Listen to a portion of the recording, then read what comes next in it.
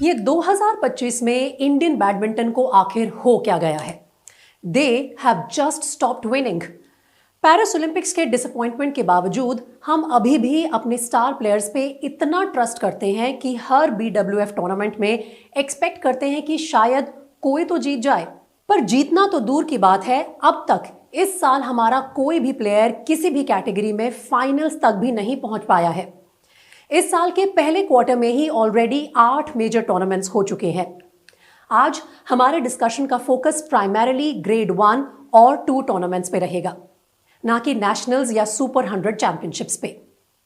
अब आप पूछेंगे कि ये ग्रेड क्या होते हैं, तो मैं आपको पहले बता देती हूं कि WF का क्लासिफिकेशन इन्हीं के लेवल पर होता है। सबसे पहले ग्रेड 1, जिसमें annual world championship, Olympics, continental championships जैसे टूर्नामेंट्स आते हैं। फिर ग्रेड 2 में सारे BWF टूर के टूर्नामेंट्स आते हैं, जो कि 6 लेवल्स में डिवाइडेड होते हैं। इन लेवल्स के हिसाब से रैंकिंग पॉइंट्स और कैश रिवॉर्ड भी मिलते हैं। सबसे पहले लेवल 1 में आता है BWF वर्ल्ड टूर फाइनल्स, जो साल के एंड में खेला जाता है between the top champions. Level 2 होता है सुपर 1000 टूर्नामेंट्स, जो साल में 4 होते हैं, जैसे कि ऑल इंग्लैंड चैंपियनशिप। उसके बाद लेवल 3 है सुपर 750 टूर्नामेंट्स, जो साल में 6 होते हैं। इसमें से एक टूर्नामेंट इंडिया ओपन भी है। फिर आता है लेवल 4, जिसमें 9 सुपर 500 टूर्नामेंट्स खेले जाते हैं।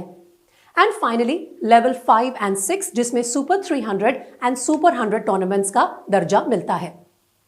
नाउ लेट्स रिकैप 2025 सो फार। अगर हम सिर्फ जनवरी 2025 पर फोकस करें तो सिर्फ इस एक महीने में 4 बड़े टूर्नामेंट्स ऑर्गेनाइज हुए थे। सबसे पहले वीक में हुआ super 1000 Malaysian open. Men's doubles को छोड़कर बाकी सारी कैटेगरीज में प्लेयर्स इस इंपॉर्टेंट टूर्नामेंट में अपना सेकेंड राउंड भी नहीं जीत पाए। PV सिंधु ने इस टूर्नामेंट में पार्टिसिपेट नहीं किया था, क्योंकि दिसंबर में ही उनकी शादी हुई थी। सबसे अच्छा रिजल्ट हमें मिला मेंस डबल्स में, जहां द एवर डिपेंडेबल सात्विक और चिराग सेमीफाइनल्स तक पहुंच पाए। मलेशियन ओपन के 2 दिन बाद शुरू हुआ दिल्ली में ही इंडिया का सबसे बड़ा BWF टूर्नामेंट, इंडिया ओपन। क्योंकि ये टूर्नामेंट लोकल क्राउड के सामने खेला जाने वाला था, तो ये उम्मीद थी कि इंडियन प्लेयर्स कोई कमाल कर दिखाएंगे।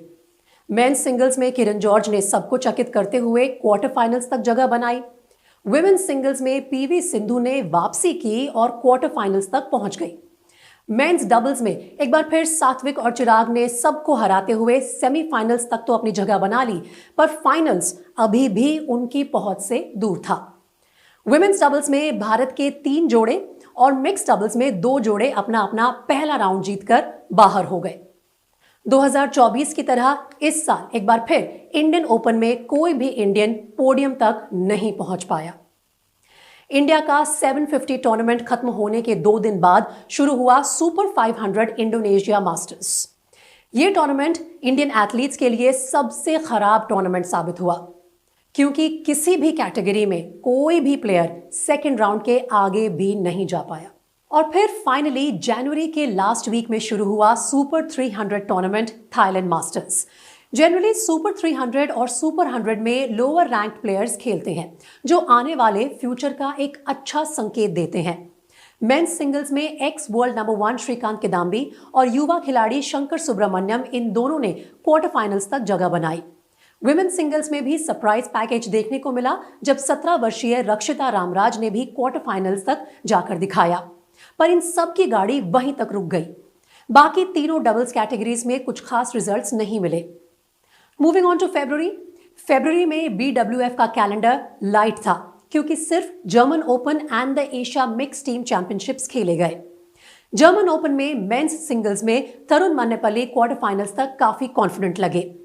विमेन सिंगल्स काफी एक्साइटिंग था, क्योंकि 3 यंग स्टार्स, 17 साल की रक्षिता, 17 साल की उन्नति और फाइनली 19 साल की तस्नीम क्वार्टर फाइनल्स तक पहुंच गई थी। But unfortunately that was their last stop. Men's doubles and women's doubles काफी डिसअपॉइंटिंग था, बट मिक्स डबल्स में ध्रुव और तनीषा काफी तगड़ी फाइट देते हुए सेमीफाइनल्स तक पहुंच गए। अब ये दोनों वर्ल्ड टॉप 20 की लिस्ट में आ गए हैं। अब एशिया मिक्स टीम चैंपियनशिप्स में ऑल्दो इंडिया ने अपनी फुल स्ट्रेंथ भेजी थी इस टीम इवेंट के लिए, बट इंडियन टीम पहले ही नॉकआउट गेम में जापान से 3-0 से हारकर बाहर हो गई। Indonesia was the eventual gold medal winning country. अब फाइनली मार्च की तरफ मुड़ते हैं। मार्च में सबसे पहले हुआ सुपर 300 ऑल इंडिया मास्टर्स। 19 साल के आयुष शेट्टी सबसे बड़े फाइंड रहे इस टूर्नामेंट के। सेमीफाइनल्स तक उनकी एबिलिटी टू डिग डीप काबिले तारीफ थी।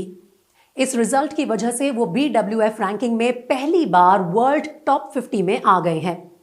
बट बाकी 4 कैटेगरीज में फिर से इंडिया की तरफ से किसी ने भी डिसेंट गेम नहीं दिखाया। उसके बाद BWF कैलेंडर का one of the most famous and very prestigious all England open championship हुई। अगर प्रकाश पादुकोण और पुलेला गोपीचंद की हिस्ट्री देखी जाए तो इस टूर्नामेंट को जीतने से सिर्फ करियर आगे नहीं बढ़ता, बल्कि पूरी लाइफ चेंज हो जाती है। बट अनफॉर्चुनेटली इस साल फिर निराशा हाथ लगी। सिंगल्स में PV सिंधु और HS प्रणॉय दोनों फर्स्ट मैच में ही बाहर हो गए। मालविका अपने जबरदस्त फर्स्ट राउंड के बाद सेकेंड राउंड में आउट हो गई। लक्ष्य सेन ने वर्ल्ड नंबर 2 को हराकर कुछ उम्मीद जगाई, बट वो भी क्वार्टर फाइनल्स में बाहर हो गए। अब उम्मीद थी इंडिया के 7 डबल्स पेयर्स में से कोई कमाल कर दिखाए, बट कुछ इनिशियल मैचेस जीतने के बाद सब वापस घर आ रहे हैं। अब मार्च में सिर्फ एक सुपर 300 स्विस ओपन बचा है एंड अप्रैल में द प्रेस्टिजियस सुधीरमन कप है, जिसमें India, Indonesia, Denmark and England के साथ ग्रुप डी में कंपीट करेगी। अपने ग्रुप में टॉप 2 में आना इंडिया के लिए बहुत मुश्किल होने वाला है। सो टू कंक्लूड, हमें इन 3 महीनों में कुछ स्पार्क्स तो जरूर देखने को मिले, पर कहीं ना कहीं वी आर फॉलिंग शॉर्ट। अब वो स्टैमिना है या स्किल है या फिर फोकस है, ये तो प्लेयर्स और उनके कोचेस ही बेटर बता सकते हैं। बट क्या अभी भी 2025 में काफी मेजर टूर्नामेंट्स बचे हैं for India to push for victories? Yes. क्या पुराने स्टार्स एंड नए कंटेंडर्स में अभी भी वो स्किल और भूख बाकी है? Absolutely yes. So we are still hopeful and आप भी हमें नीचे कमेंट्स में बताइए कि इस साल आप इंडियन बैडमिंटन से क्या एक्सपेक्ट करते हैं और किस यंग स्टार से आप सबसे ज्यादा प्रभावित हुए हैं। बैडमिंटन के सारे स्कोरकार्ड्स एंड न्यूज को फॉलो करने के लिए download the India sports hub app and see you all in the next video.